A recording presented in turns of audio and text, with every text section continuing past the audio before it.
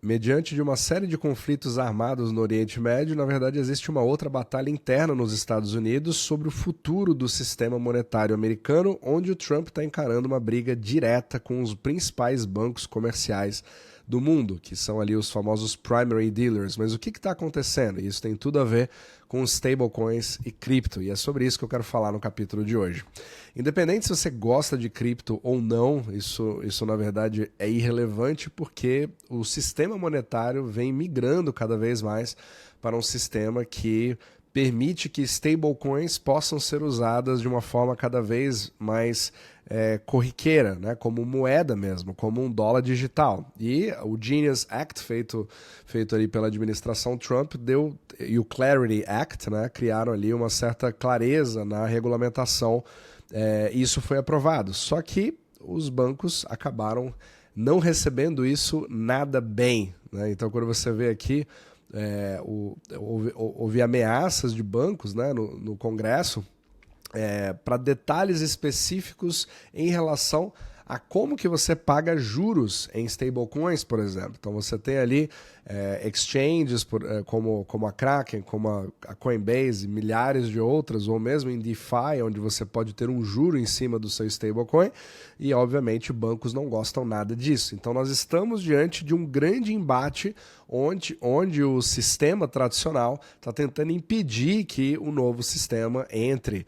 Só que, na verdade, os dois estão sendo fundidos já nesse momento. E o Trump acabou ficando do lado de cripto, né? Ele postou isso aqui falando, olha, o Genius Act foi ameaçado pelos bancos e isso é inaceitável. Nós não vamos permitir isso. E os Estados Unidos precisam ter uma estruturação de mercado feita o mais rapidamente possível.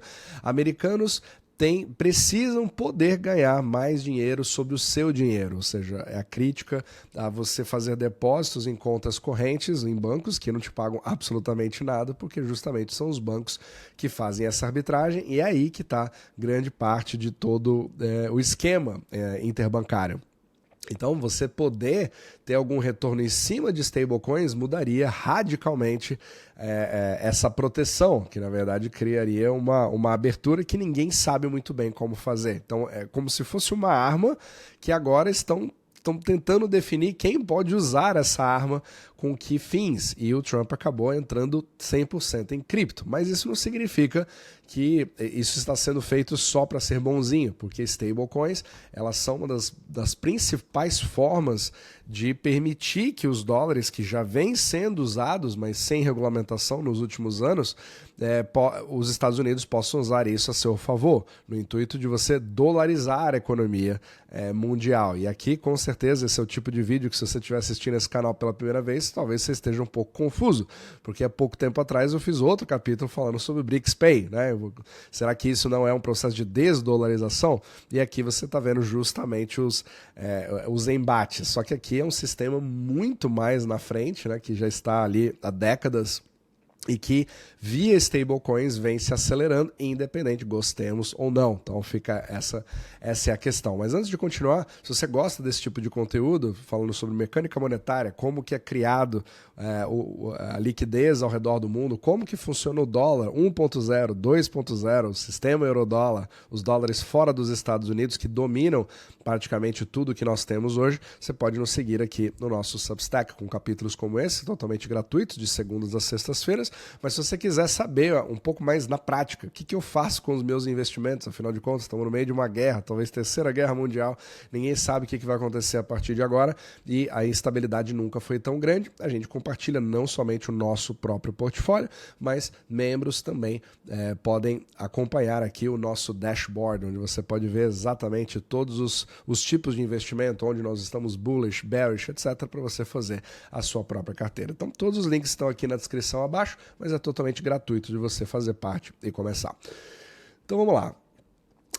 Aqui o Trump ele mostrou claramente que ele está junto, que ele ficou do lado das empresas de cripto, né? Até porque ele também tem interesse específico, só que é uma forma de você de você matar vários coelhos numa cajadada só. Então você tem o princípio da dolarização, onde o uso de stablecoins já é feito de forma orgânica, então não houve nenhuma promoção para se fazer isso, inclusive no próprio Brasil isso acontece mas países onde as pessoas não têm bancos, elas usam stablecoins, né? Inclusive o próprio Brasil, SDT, TRC20, ERC20, várias outras redes, provavelmente muitos de vocês sabem exatamente do que eu estou falando, mas isso também é propagado ao redor do mundo. E o uso de stablecoins, por definição, pela regulamentação feita pelo Genius Act, exige que você tenha um lastro específico em cima da dívida americana, principalmente T-bills, as dívidas de curto prazo, que são o famoso colateral.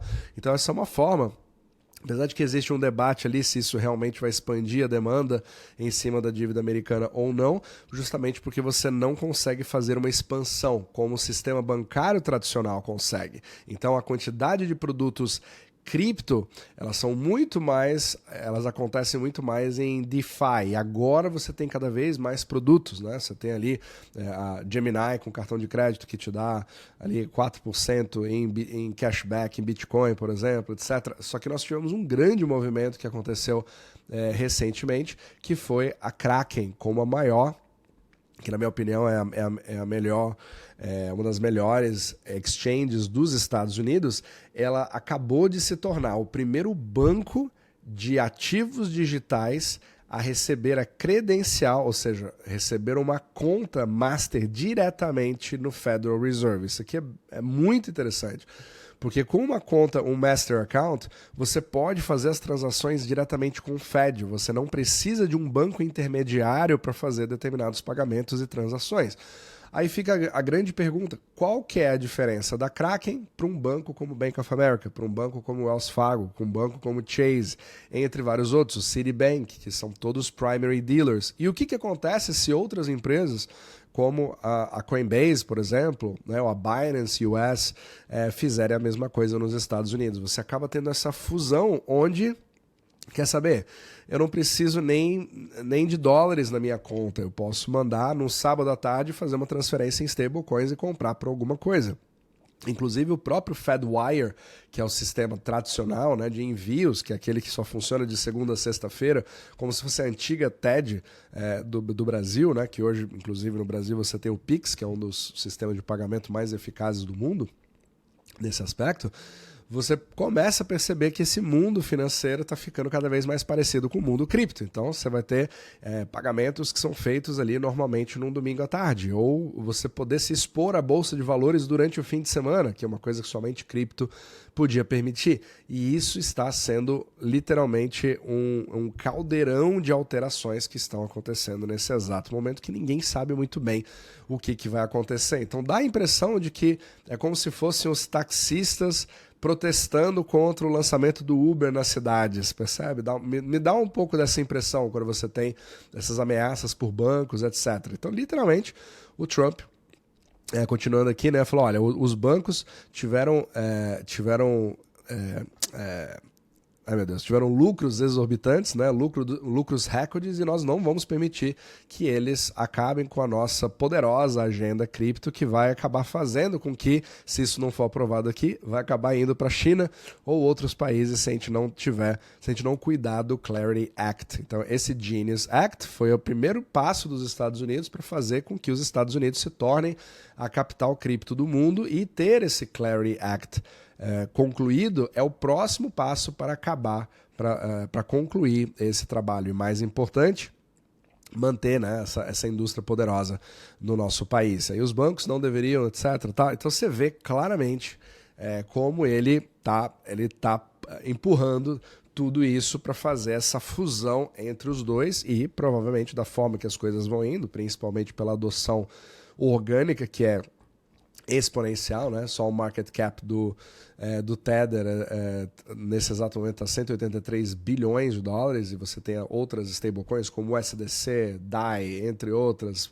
PYUSD, várias outras da própria PayPal. Você vai ter agora a própria X-Money, né, do Elon Musk sendo lançado. Então você tem literalmente um caldeirão de coisas que estão acontecendo agora. Então vai ser muito interessante ver ali sempre a cena dos próximos capítulos, porque nós estamos diante de uma mega revolução de vários sistemas ao mesmo tempo, mas como esse é o maior de todos e está sendo liderado pelos próprios Estados Unidos, isso daqui pode revolucionar a forma de você fazer pagamentos ao redor do mundo, sendo que a maior parte do mundo continua usando o próprio dólar.